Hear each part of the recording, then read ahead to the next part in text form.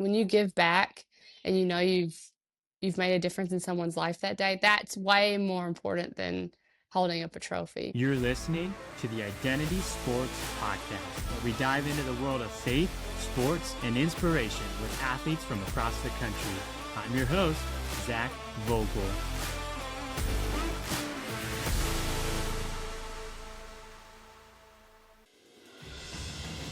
You win, you lift the trophy, the cameras flash. For a moment, it feels like everything.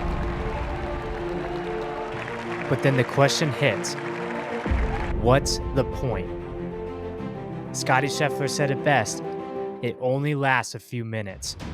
Alabama, 60, Yankees win. For the Rogers. Gotta get it going after 3 minutes. We chase success, we chase the spotlight, but true fulfillment, it's not at the top of the leaderboard. It's in the one who made you. You're invited to Tales from the Tour 2026. PGA Pros, Faith, Purpose, Redemption. Unbelievable.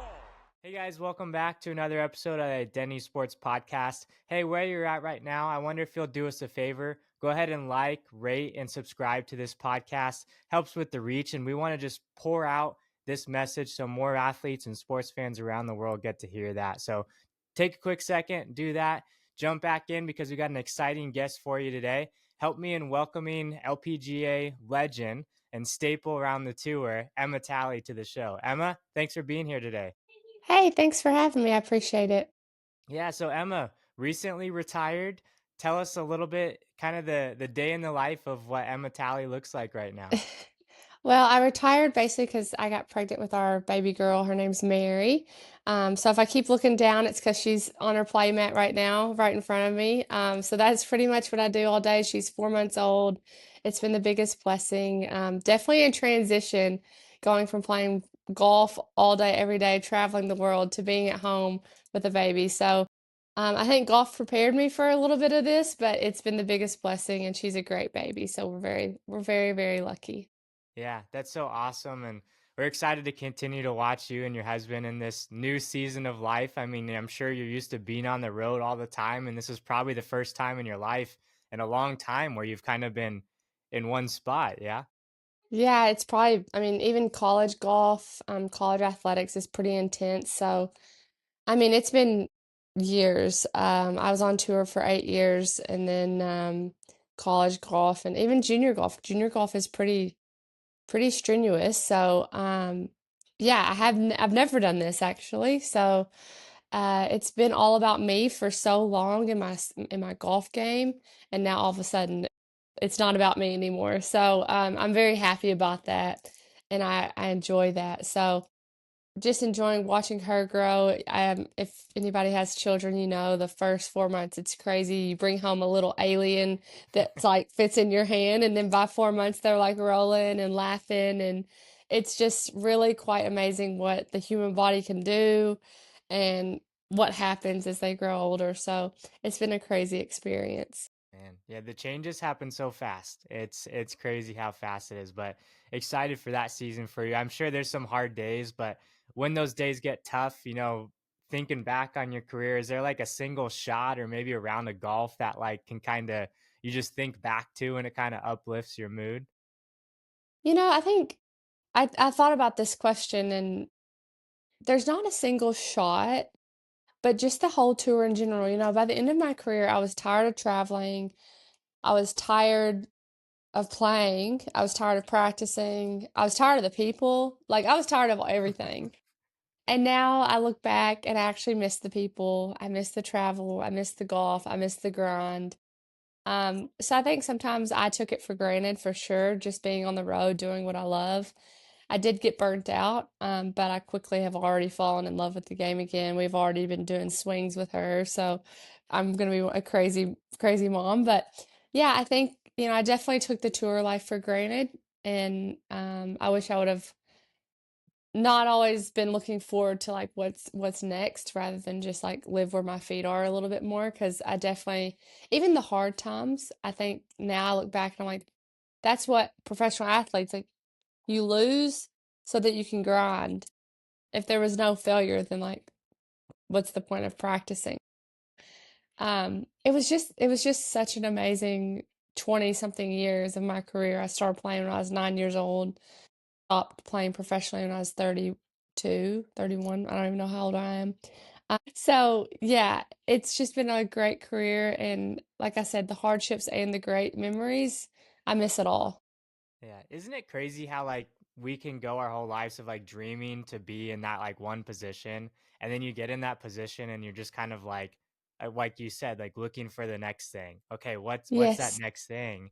And you're like, man, if I could just slow down, like I'm walking in what I always dreamt of as a kid. Like we don't always take Mhm. that moment to soak that in where we're at. Absolutely. And I mean, not to just keep talking about baby, but it's on the forefront of my mind. I even tell my husband, like, we dreamed of this moment, but like now I'm like, oh, I just wish we could go on a date. So, I think for sure it's just like we always are thinking ahead, which is exciting and definitely like amazing to dream. But I do wish that sometimes I just lived where my feet were a little bit more. That's something that I need to work on going forward. Yeah, I'm right there with you. It's something we all can work on, but that's definitely like as you go into that transition too, like just like when you're talking about the friendships and golf and stuff, it's when I transitioned out of sport, it wasn't necessarily that I missed playing the sport every day. It's just the guys that you're around 24/7. I mean, the locker room, the weight room, just dinner after practice, like you're just always with them. And so it's definitely that Yes. wait, I have alone time now, or like Yes. I'm not with those friends all the time. So it's a weird transition Yes. for sure. Yeah, I would say it's definitely been a hard transition for me. Some of those girls I've known since I was 10 years old. And now, I mean, this is kind of terrible to say, but I don't know when I'll ever see them again. Because some of them live in different countries. So it's just crazy. Like I said, I just wish I would have enjoyed moments a little more because all those friendships have meant so much to me. And really, to be honest, that's what it was all about. Like when I look back, it's the relationships that made the whole thing. You meet so many cool people as you travel the world. You hear different cultures, different languages, different food, the whole thing. It's just like the relationships behind, like, I'll never forget going to Korean restaurants with Korean players and telling me what to order on the menu, like those kind of memories, you just can't relive those. And yeah, I'm definitely gonna miss all the late night dinners and chats and early mornings on the range together before tea times. That's the stuff that's gonna be the hardest. Yeah, for sure. And it's cool too to look back at like how like God had that like planned of like those people that you would meet and then like impact countries. I mean, golf is so cool because you literally have all through college and juniors people from all over the world that you're competing Hmm. against. And to be able to rub shoulders with those people and build relationships with that. And even now, like I know some people when they transition out of sport, they say, oh, well, my calling's over. Or like, what am I supposed to do with my life now? And, I'm a firm believer in your calling is the Great Commission, right? You are called to make disciples of all nations. Your mission field might change. So now you've gone from Emma Talley, your mission field being LPGA Tour, to now your family is that main mission field and your child. And so it's fun to watch that progression, but to still be intentional of this is where God has you now. How can you best be that steward where your feet are planted? Yeah, absolutely. That's a great way to put it. And sometimes you need somebody to remind you of that because, when you transition out of what you feel like was your identity for so long, sometimes I'm sitting here watching her play and I'm like, I need to be doing X, Y, and Z, whether it's the laundry or going on a walk with somebody else. I don't The know if you mom can hear guilt. her. I'm so sorry. Yeah, the mom guilt. And really, like, I'm right where I need to be. I need to be loving her, helping her do all the things. So there should be nothing else that I need to be doing. And I think as athletes, we're always used to just like always doing something. So those moments of just relaxing and watching her, it's definitely different. Yeah, I'm sure you're like me too. And when you're sitting still, your mind kind of tells you like, hey, you're not doing enough. Or like that Yes. athlete might of like, you're lazy. You're like, you should be doing something else. And so it's like like the Lord wants us to take like the Sabbath and take some time to rest, but just for whatever reason, athletes are just wired differently to We where, built you know, different. yeah, right. Yeah. And you only understand if you're an athlete. Yeah, totally. Yeah. Sorry, I'm just repositioning myself because she's like looking at me like, "What are you doing?" So I'm just You're gonna good. sit on the floor. Yeah. She's almost getting the age where she can run away, right? Start I crawling away know. from you. Yeah. So Yeah. fun. Yeah, but for sure. I mean, so you grew up in Princeton, Kentucky. I mean, obviously, family values are really big there. Three-time Kentucky state champion, U.S. Women's amateur champion. You kind of have had success kind of all throughout your career in different phases. What did that kind of mean for you spiritually and not just competitively? Well, first of all, I had my hometown. It's four stoplights, out in the middle of nowhere. So I look back at my career, like junior golf was one segment. And honestly, like I don't know if I would have been as good as I was, except for the fact that I had so much support. My hometown, like, they're the kind of town they paint up for Friday night football and like they support whoever wants to be supported. And so I was really lucky with that. I had the best golf coach. He like poured into me so much, both on and off the golf course, and he's still a great friend of mine. Um, and he's just an amazing human being. And then going into amateur golf, I just think about all the things. I mean, of course, junior golf, my parents too, but really amateur golf, it's like me, my mom, and my dad. I have three older siblings, so they were already off in college doing their thing. So it was really just me, my mom, and dad. And I think about all the places we got to travel and just those moments in the car, like traveling to practice or traveling to tournaments. That was just like another segment of my career that I'm like, oh my gosh, I'm so lucky that I was the fourth child, that I had the parents that I had, all the good conversations we had on the golf course. Because golf is different. Like if you're running down the football field, you can't like have a good deep conversation with your dad on the football field in practice. Whereas like with me and my dad would go on the golf course for 5 hours or 10 hours a day, and we're just having like the best conversations. So I think of that. And then you go into college golf and it's like the coaches that pour into you and the people that you get to choose. I always felt like, high school, they're chosen for you, the people you surround yourself with. But then you get to college and you actually get to choose who you hang out with and what you do with your time. And I was very lucky that God put the right people in my life, both friendships and mentors in my life in college. So that was like another segment. And then I get to back to pro golf, which was very similar to like the girls that I hung out with in junior golf. And yeah, you pour into that. That's where I met my husband. I would have never met him. He was from New Zealand. Like talk about like I don't know if you believe in fate, but definitely God put him in my life at the right time, and it's crazy that we even met. So yeah, it's just been like such an amazing chapter, and the success has been great, but I don't know if you've ever heard this. I know like LeBron and people like that have said it, but it really is true. I held up the national championship trophy, the USAM trophies, all the trophies I've held up. It only lasts like the happiness really only lasts like a couple minutes, and then it's like, okay, moving on to the next thing. And it's really like the practice and the lead up that you think back to, like, wow, I worked my butt off to get here. It's not really like holding the trophy. At least it wasn't for me. Um, when I won the national championship, within the same 5 minutes of me winning the national championship, my roommate won the national championship in doubles tennis for the second year in a row. And when I got home, we were talking because we were doing homework like the next morning after winning the national championship. And we were just like, man, if people could actually see how this feels, like it's really cool, but like it's not that cool, because you just move on. You still have to eat dinner. You still have to go to class the next day. Like there's not a lot that changes. Now, it gave me everything, but it doesn't change who you are, I guess. The beauty of college athletics. Professors do not care that you were just holding up a national trophy the night before. Your assignments still do. Actually, you know what? They were really nice to me. It was Okay. due the night of the national championship, and I got an email from them. They're like, "You don't have to turn it until next week," which I felt guilty. I'm, of course, athlete mindset. I was like, "Okay, I'm gonna appreciate that I don't have to turn it in tonight." but I'm gonna get it done tomorrow because I don't want to take advantage of the situation. So of course I did it the next day. Hey, Alabama likes their athletes. Yeah, they do. They like their athletes. Yeah.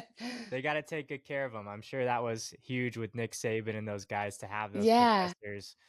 We're not gonna get too much into it, but colleges can be pretty lenient with some college athletes out there. You know what? But Saban, it's funny that you say that. Saban was not lenient at all. Before I was a communications major, so I was I had a lot of classes with the football guys, and they actually had a checker that would check to see if they got to class, but they also had a checker to make sure that you left class. That's awesome. Um, and like one time I remember, and I don't know if this is true because he wasn't in my class, so take this with a grain of salt, but supposedly a kid that was like starting didn't get to start on Saturday's game because he skipped class one day for no reason. And Saban was like, sorry. So I will say, like, he's the man. Yeah, I mean, there's something to be said. I mean, just the consistency. I mean, you've got to have in it. Yeah, like if that's happening, it's consistency throughout the entire process of being a collegiate athlete. And Hmm. if now NIL, it gets a little dicier too. But like things can change so much in college sports. You can have a brand new team from one year to the next, but to still be able to keep that consistent success, there's got to be something in the way that you're running the organization and the discipline to be able to maintain Absolutely. that for sure. But you Yeah. said something that kind of it's really interesting to me. So we have heard it before of kind of like we've kind of pictured it or framed it as like what's the point? So you're telling me the trophy, what athletes are working for is not going to fulfill you at the moment that like you think. I mean, everyone dreams of like, hey, winning that tournament, holding the trophy, bottom of the ninth, World Series, hitting the walk-off Yeah. home run. You dream of those moments your whole life. But you're saying, when you kind of get there, it's fun, but it's not like as fulfilling as you think. I mean, do you mind? Can you expand on that a little bit of Yeah. what you think that is? Well, definitely, like, when you're a little kid, you think, like, this is the putt to win the national championship, and then, like, you do that, and I had that moment, where my moment was actually even more drama because I was about to putt, and then they blew the horn for weather, so I had to wait an hour to make the Oh winning putt. no. So, like, mine was really dramatic, and then I make the putt, um, and then I had to wait for a little bit to see if I actually won. Um, so, when I knew that I won, absolutely. Like those moments with my teammates, my coach, like my family.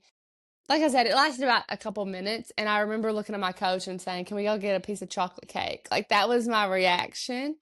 Um, so I guess at the moment I'll never take for granted because it led me to get to tournaments. Like when you win the national championship, you get to play in two different LPGA events. So like that gave me the experience on the LPGA tour for the next level, if that makes sense. But that fulfillment and joy that definitely does not come from winning a golf tournament. At all. And I think that that is something that probably you hear a lot of athletes, especially now in like their post round interviews, they talk about God and thanking Jesus. And I think that that's probably why, because at the end of the day, like it's not about the trophies. It's about, my mom always used to say, be good, be kind, be smart, and make a difference today.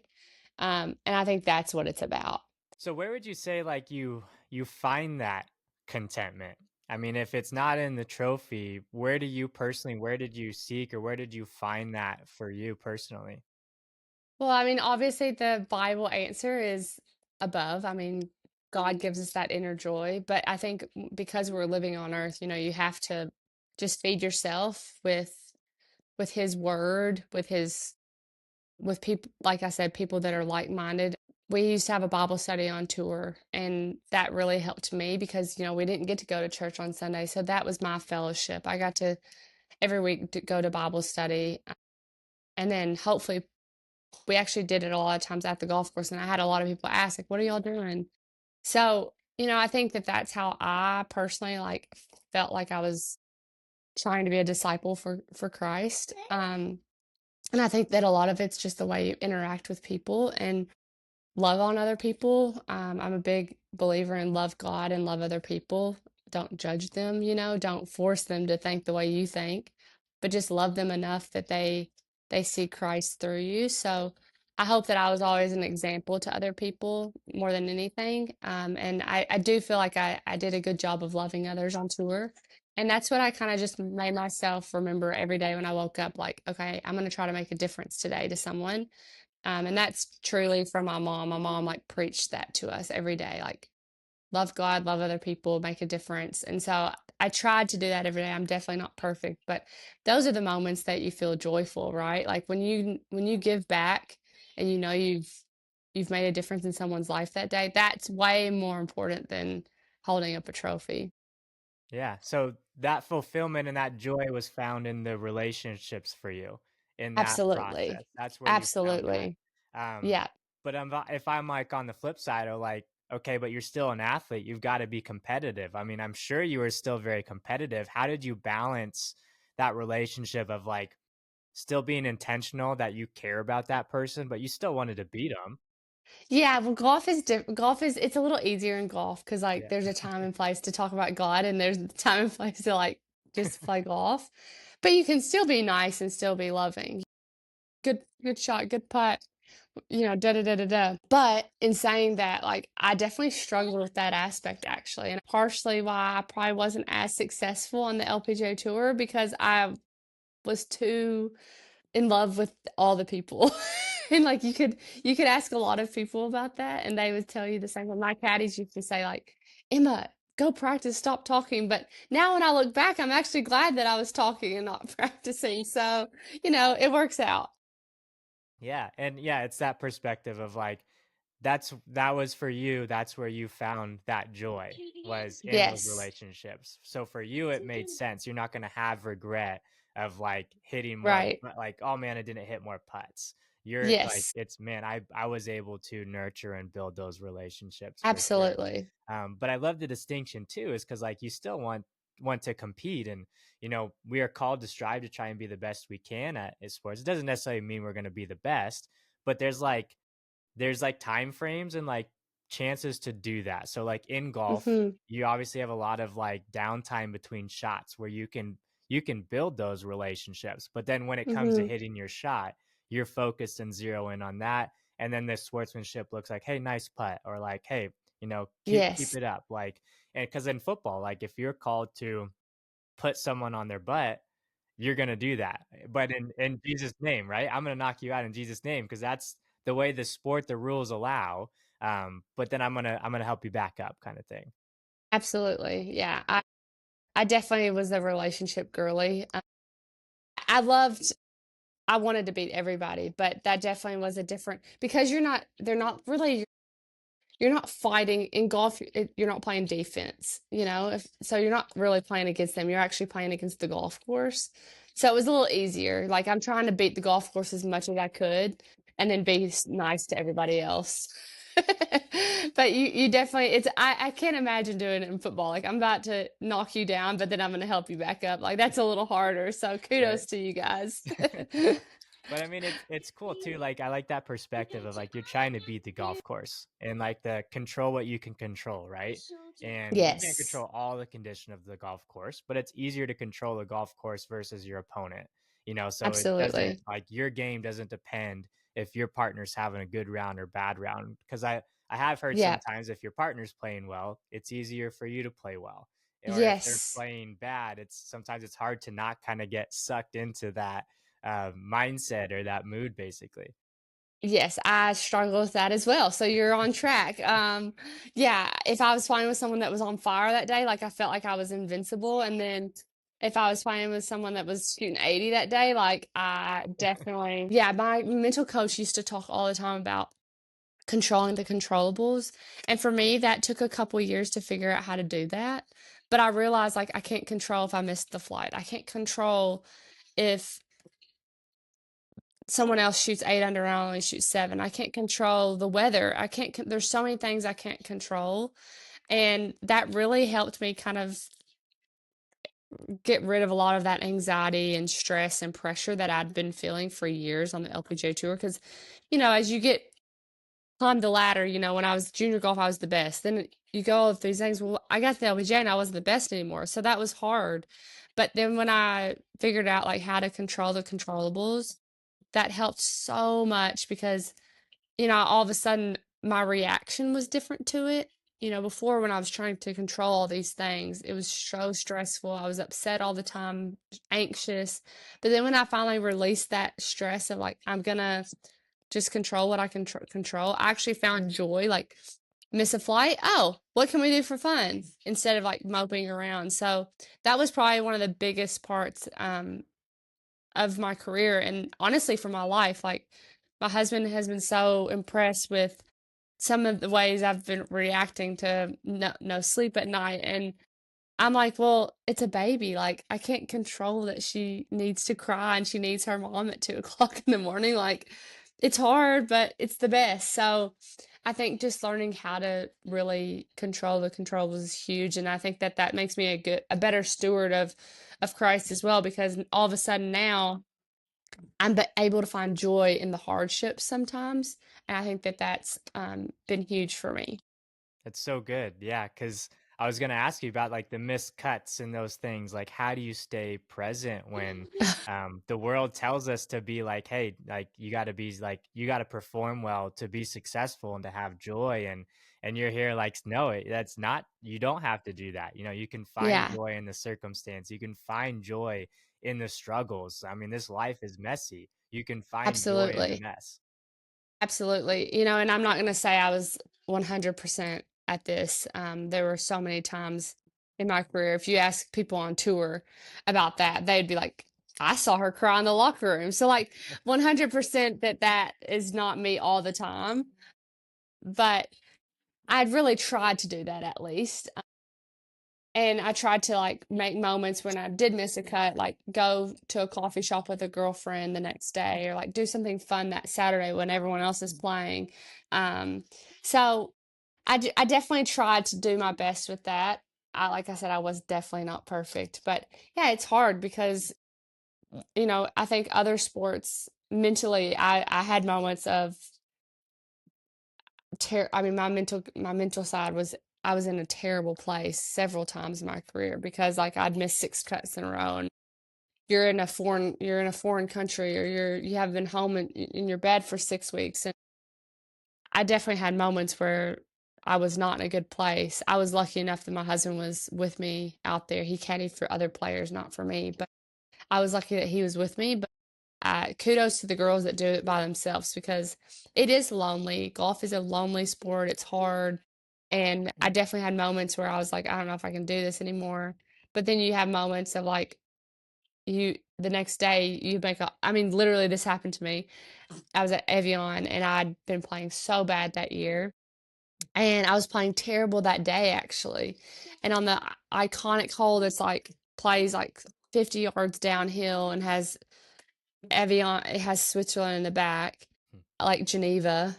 I make a hole in one, and then I make the cut by one. You know, it's like sometimes I call them God winks. No, you're here for a reason. Keep going. It's hard, but it's worth it. It's definitely, sports are weird. The lows are lows and the highs are high. Absolutely. Do you have like a Bible verse or like maybe a phrase written on like a golf glove or something that like kind of helps you bring you back in those moments where you're like, hey, I've missed 6 cuts or I've had a couple bad shots in a row, something to help you stay grounded? You know, I'm going to answer this in two parts. My favorite verse growing up was Jeremiah 29:11. For I know the plans I have for you, plans to prosper, not to harm you, plans to give you hope in the future. Favorite verse, I still think it's my favorite. However, when I got to college, I actually found out like what that verse meant surrounding the story, and then it wasn't my favorite verse anymore. But as time has gone on, I'm like, you know what though? That's my favorite verse. So like that's what it's gonna be.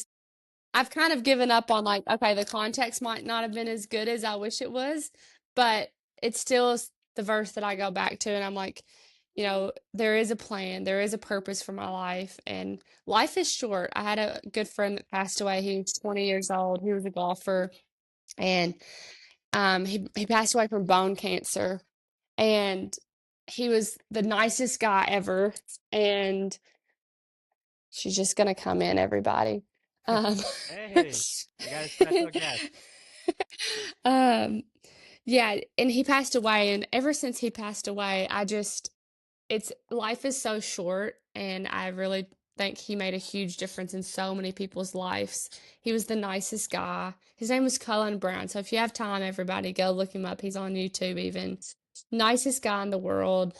Made a huge difference in so many people's life. It doesn't make sense that he passed away at all. Like I look back and a lot of people say everything happens for a reason. I don't think after that, I don't think everything happens for a reason.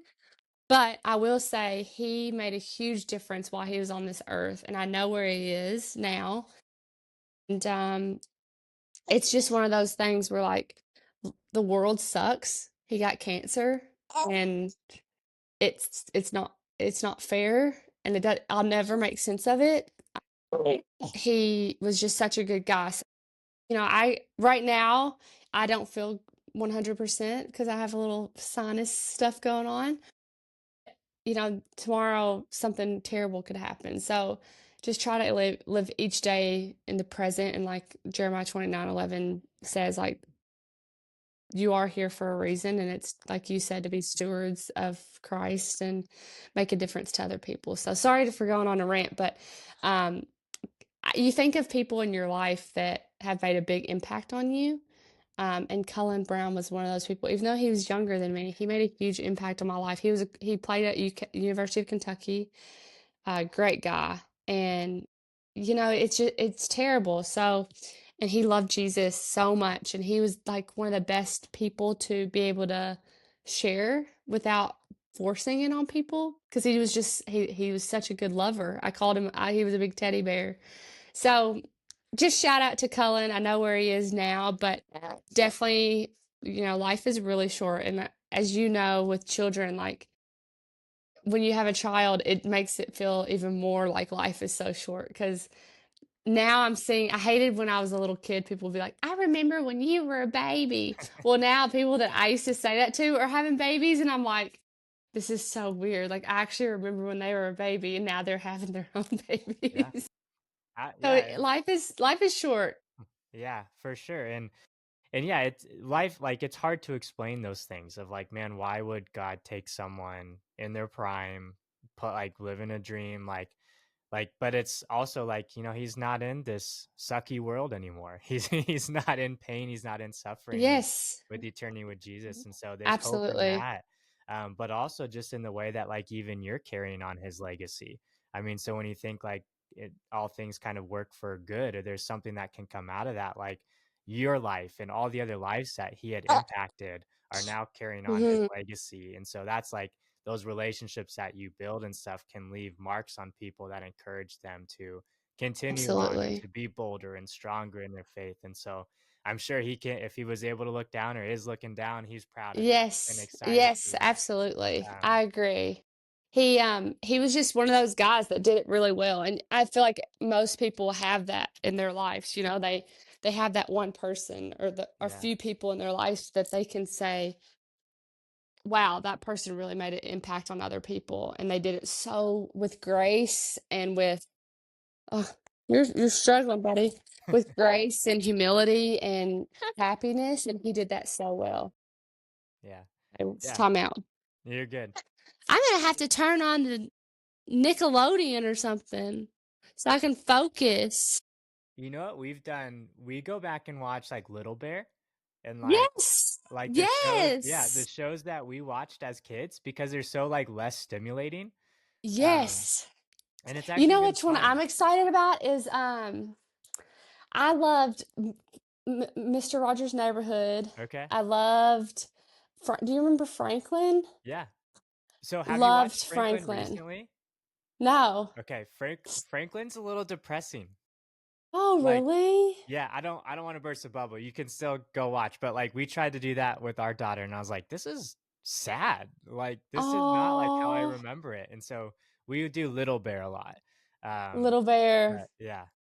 I'm definitely gonna have to like, because there's moments where I'm like, I need 30 minutes because I've got to do something like this, and I'm like, I don't wanna sit her in front of the TV, but sometimes I'm like, it's our best bet. Yeah. No, those kid shows, I mean, we might be biased just because we grew up watching them, Yeah. but they're so much better than what they are now, and my wife is a marriage and family therapist, and so Uh-huh. she, like, researches this stuff all the time, but, like, Cocomelon and some of those shows out now are, like, so, like, crazy. It's like we've noticed with our daughter, if she does watch something like that, she, like, becomes mind numb. She's like a zombie, like, and then she's in Right. an awful mood the rest of the day, and so, like, Interesting. yeah, because there's this thing that, like, with the older shows, like, you don't want the picture frame to move, like, every 4 seconds or something like that because it's too overstimulating, and so, like, Right. some of those older shows don't Oh, they're move. so boring. Yeah. It's like Yeah, you're it's right. like the background never changes. Yeah, it's not that TikTok where, like, hey, everything's gotta, like, fast cuts and, like, Yeah, but yeah, and so we just noticed that, like, if we do need 30 minutes where she watches that, when she comes like, when we turn it off, she's not having those, like, outbursts letdowns or or something, whatever. and so, yeah, Yeah. but Okay, it well, I'm good now. yeah. Sorry about that. No, you're totally fine. But, I mean, a perfect segue, I mean, you had your beautiful baby on camera for a second too, and, just that transition for you, I mean, I'm sure it's not easy, I mean, you're making it look easy, you're making it look well, I mean, it looks good on you, but tell us just a little bit of behind the scenes of, like, what that transition has been like for you.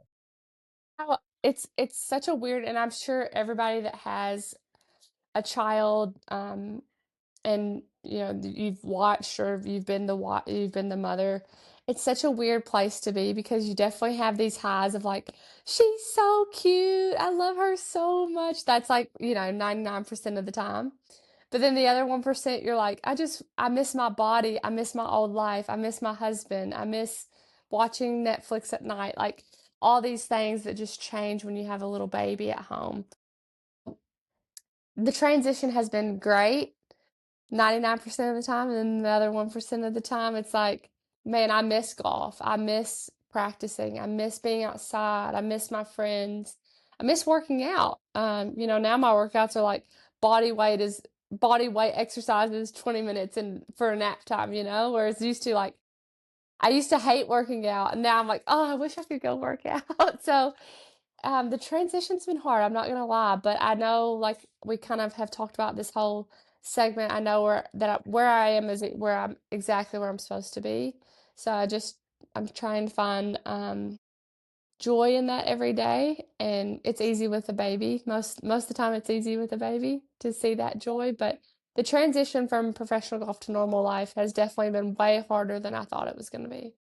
And there's beauty too in being able to recognize that, hey, you're where God wants you to be and to be able to rest in that. But hey, I mean, you don't need a gym to work out. Rocking the baby is hard and that is tiring stuff. Arms are definitely getting stronger. Yeah, you're just working out different muscles than you're not used to. I mean, That's right. because then you're going to be sitting in church and you're going to have to be holding the baby the whole time during worship, and you're just building endurance for different things now. That's right. That's right. Oh, that's what I tell myself. That's what that's like As you that's should. yeah.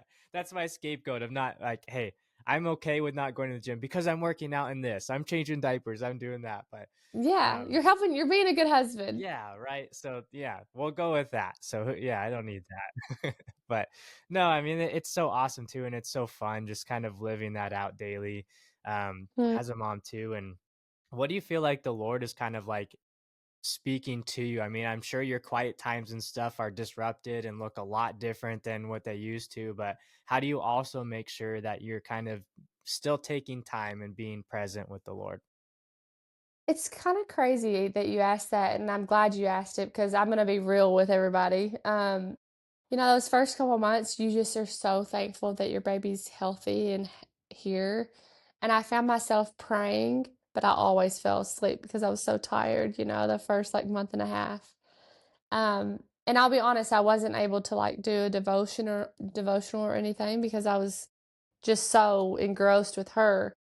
The last couple months, it's been much easier. Once you kind of figure out the schedule, not schedule, but you figure out her a little more, you figure out the cues. It's been much easier. So now I'm able to, when she's napping, have quiet time for myself in the morning.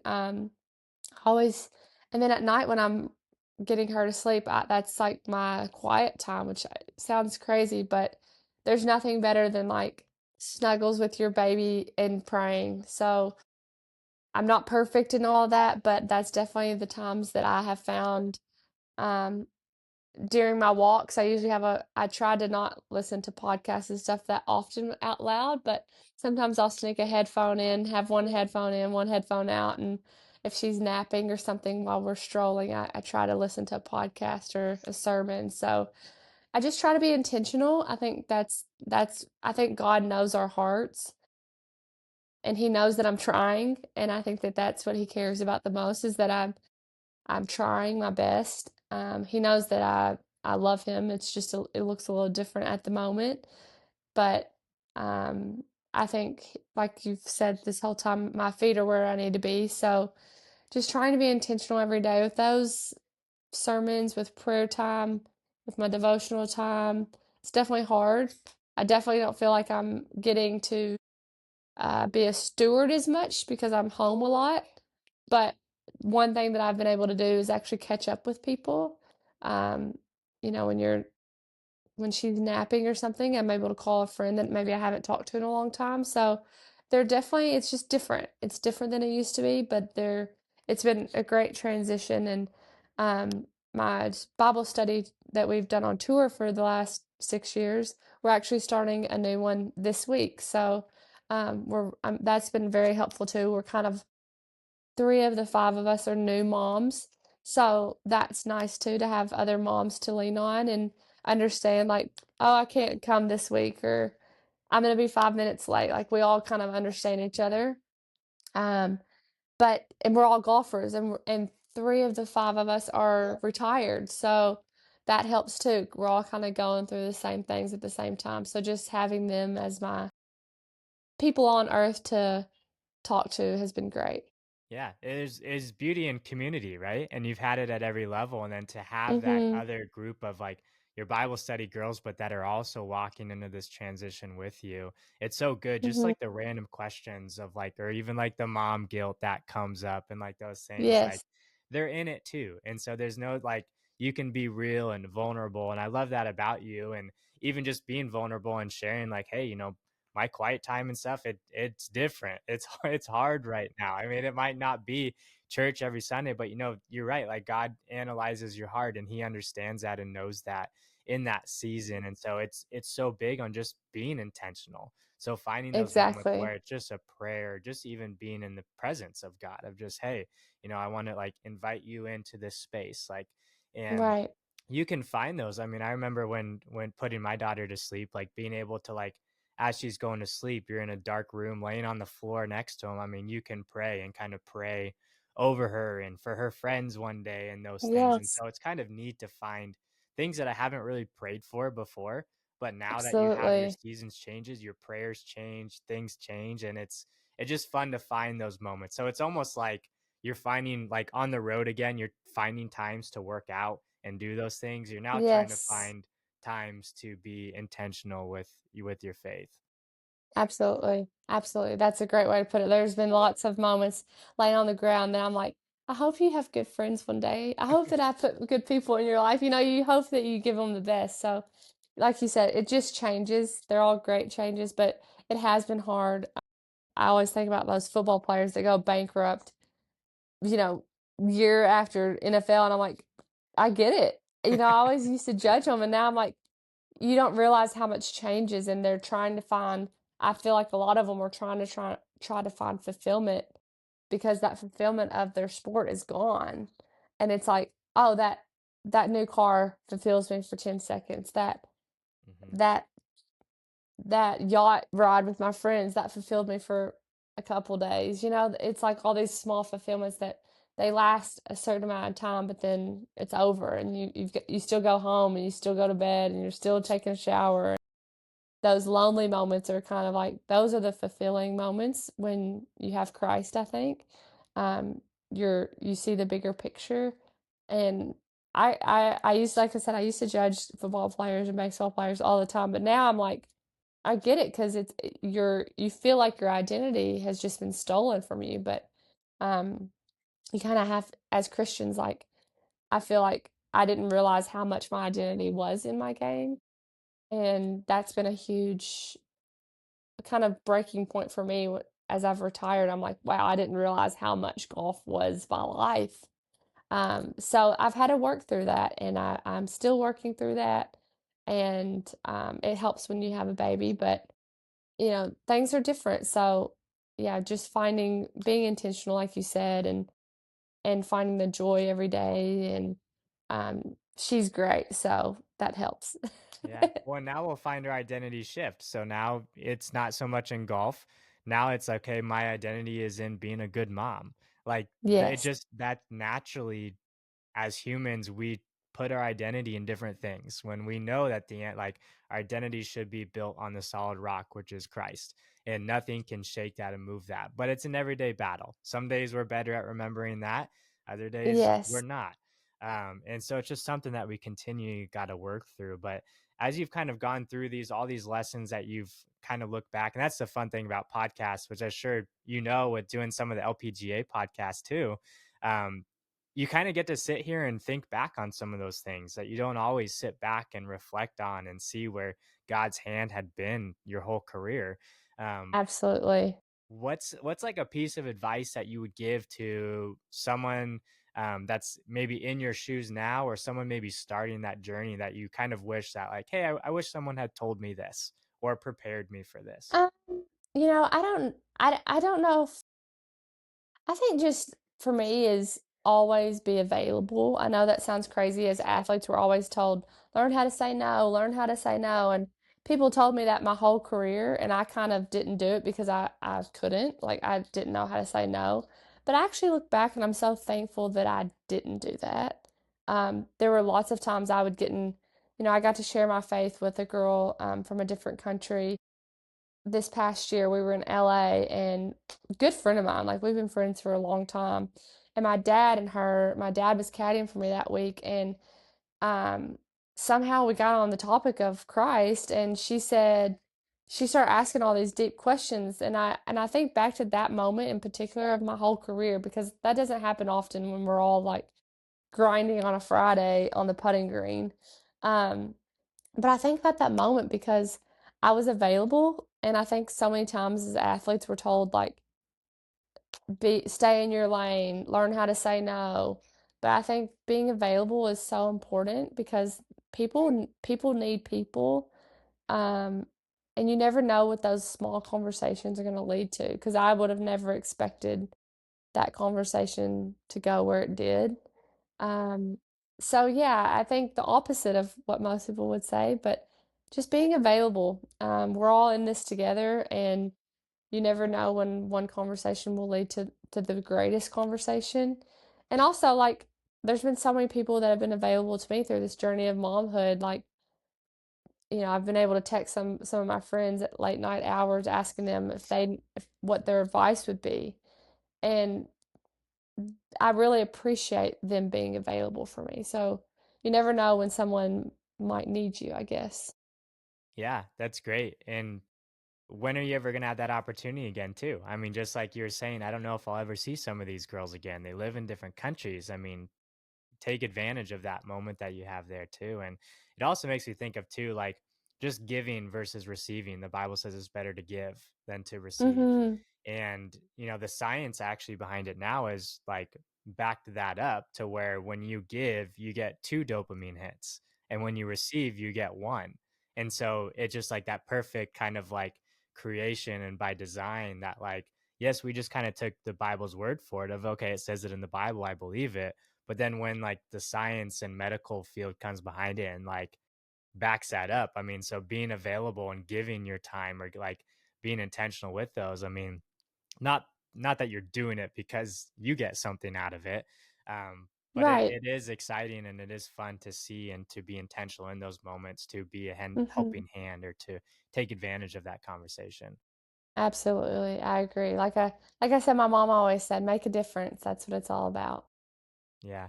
So what's a way that we can, as a podcast, as a community of believers, those listening, how can we pray and encourage you and your family as you kind of continue walking down these next steps in this next phase of life for you?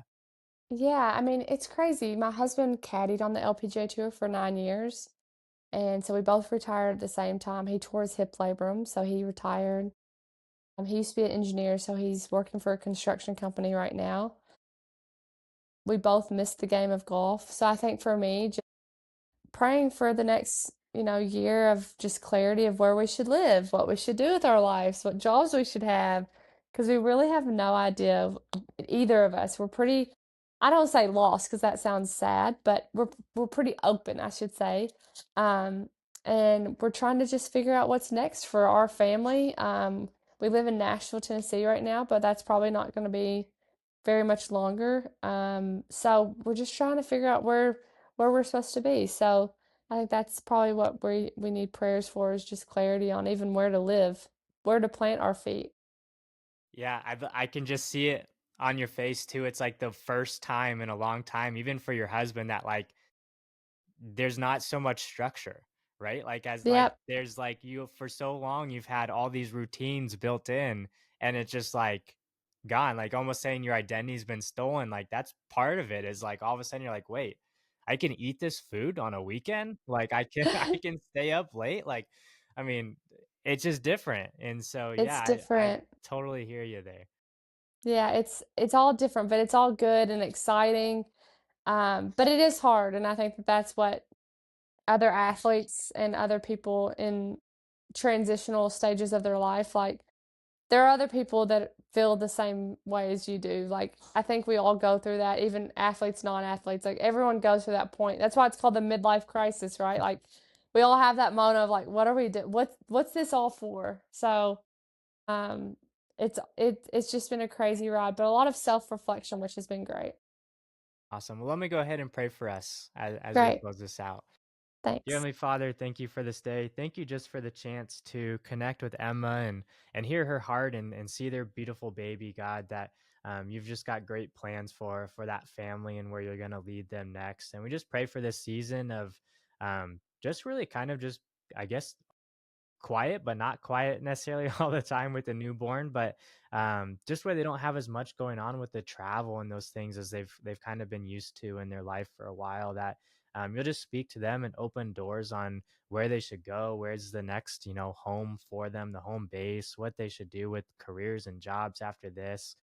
That you'll just start to reveal those opportunities for them and encourage them and strengthen them in this season, God. Um, Thank you for the story that you've given each of them and the story that you will continue to give them and just their willingness to be able to share and be open about the struggles and the life and the messiness and the highs and the highlights that they've been blessed to experience, God. And we just pray for that you'll continue to lead and guide them. And we pray this in your name. Amen. Amen. You're listening to the Identity Sports Podcast, where we dive into the world of faith, sports, and inspiration with athletes from across the country. I'm your host, Zach Vogel.